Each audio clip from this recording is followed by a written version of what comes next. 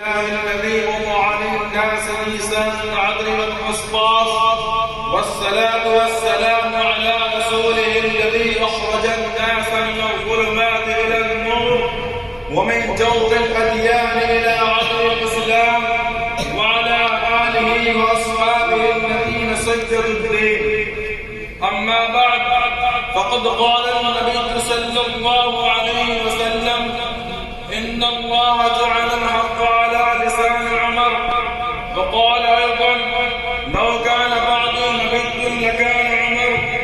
وقال أيضا: إن الشيطان يسلك فجا غير فج عمر ومسلكا غير مسلك عمر رضي الله تعالى عنه، أو كما قال عليه الصلاة والسلام.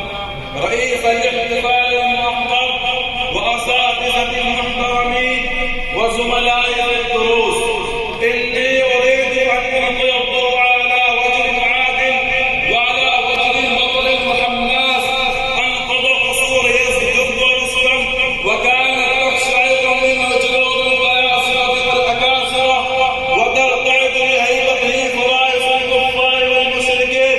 أعني به عمر بن الخطاب العدوي رضي الله تعالى عنه. سادتي، إنه كان من أشجع الناس قوة، ومن أبلغهم كلاما، ومن عرفهم لسانا، ومن أحسنهم عدلا، ومن أذكاهم سعادة وسياسة. لما تجاوز الطفول هجته وبلغ سن الرشد مال إلى الرياضة والفروسية والخطابة، وقد برى فيها كلها وفاق فيها جميع القرآن. كان رضي الله تعالى عنه عند بعثة النبي صلى الله عليه وسلم شديد العداء به وبالإسلام، وكثير الأذى للمسلمين، ثم انتحل إلى الإسلام، فكان إسلامه فتحا على المسلمين وفرجا لهم من الضيق. قال عبد الله بن مسعود رضي الله تعالى عنه: ما عبدنا الله جهرا حتى أسلم عمر رضي الله تعالى عنه، فكان إسلامه فتحا وهجرته النصرة وإمارته رحمة. كان يملك نفسا زكية موبهة عظيمة وفتنة بالغة ومسالة سالكة، ولذا كلما رأى النبي صلى الله عليه وسلم أبا جهل وعمر كان يدعو: اللهم اعز الإسلام بأبي جهل بن هشام أو بعمر بن الخطاب، اللهم اعز الإسلام بأبي جهل بن هشام أو بعمر بن الخطاب، اللهم اعز الإسلام بأبي جهل بن هشام أو بعمر بن الخطاب. فوفق الله تعالى عمر بن الخطاب للإسلام، واختاره فقال النبي صلى الله عليه وسلم: قد استبشر أهل السماء بإسلام عمر رضي الله تعالى عنه. كذلك كان رضي الله تعالى عنه من أشد الناس رأيا وأصوبهم فكرا، ويكفي لسداد رأيه وثقافة ذهنه وعقله وصداقة لسانه ونطقه بالحق، بأن الله تعالى قد وافقه في ثلاثة مواضع: في مقام إبراهيم، وفي الحجاب، وفي أسارى بدر. أيها الأفاضل، إن المسلمين كانوا يهاجرون إلى المدينة خائفين ومختفين، لكنه لما أراد أن يهاجر إليها جاء إلى الكعبة وطاف بالبيت السبع المتمكنة، ثم قال على الملأ وعلى مسمع الناس: من أراد أن تشكله أمه ويكرم ولده وترمل زوجته فليلقني الله على الباب.